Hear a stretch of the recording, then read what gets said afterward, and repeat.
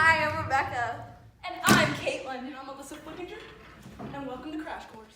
Today on Crash Course, we are going to talk about poetry. What is poetry, you may ask?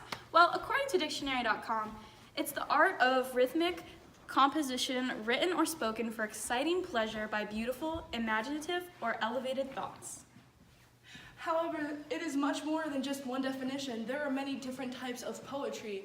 Today we are going to explore 3 types of poetry: haiku, narrative, and free verse, using our own personal favorite poem. Hello!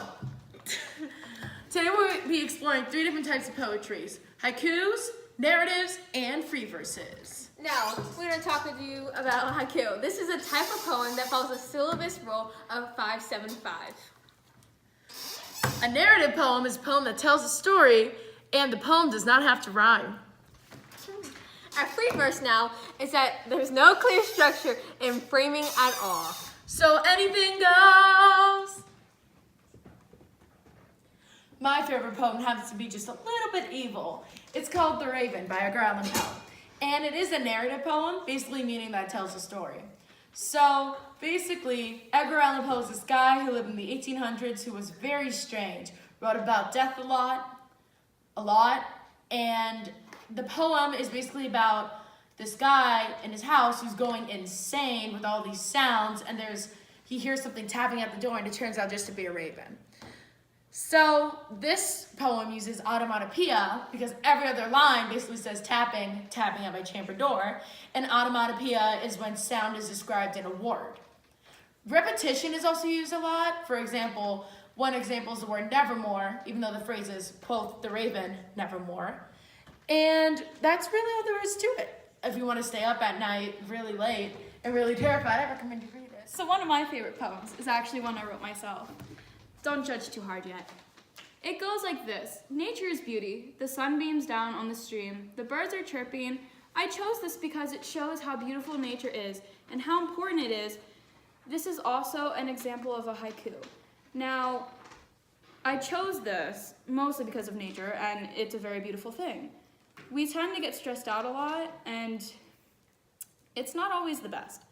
So one of the good ways that we can help unstress ourselves is by going out into nature and sitting by a stream and just listening to it, listening to the birds chirping, like getting a tan in the sun. It's very easy, and I want you all to try it. Oh, hello there.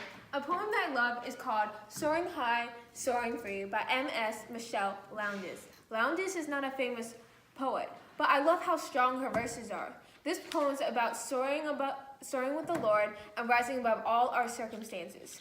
This poem is my favorite because it tells people what God really wants us to do. He does not want us to be looking down on everything, but it wants us to look above. God wants us to soar over the pecking chickens. The symbolism of the eagle tells us to be mighty, strong, and above everything else. Now, symbolism is an object, an image that is more in depth and means something else. This poem is very much connected to me because I love God and I'm a Christian.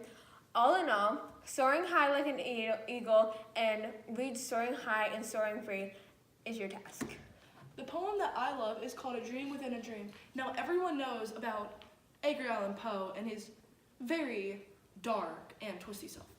That makes you wonder if he was a secret psychopath, but this poem is very different from the rest of his dark and twisty ones. This one is about life and how it goes by so fast. This poem also has a lot of imagery in it that is shown. For example, when the sand is slipping through his fingers, no matter how hard he grips, that's imagery. You can see it in your head. It's like a picture. Even though this poem is full of imagery and rhyming, it's still a free verse. I personally love the message that this poem gives. Even though this poem is full of imagery and rhyming, it's still a free verse poem. I personally love the message that this poem has given you. The poem means that your life is limited and you have to treasure it every single moment.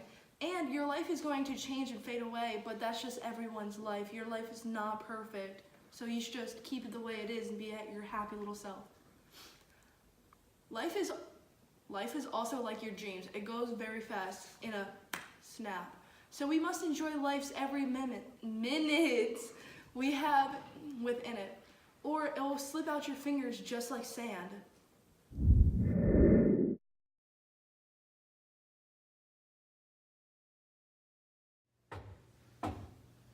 Yo, who's at my door? It's like 3 o'clock.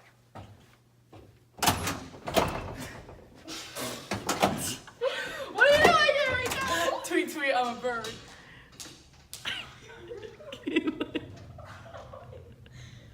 When your last brain cells are gone.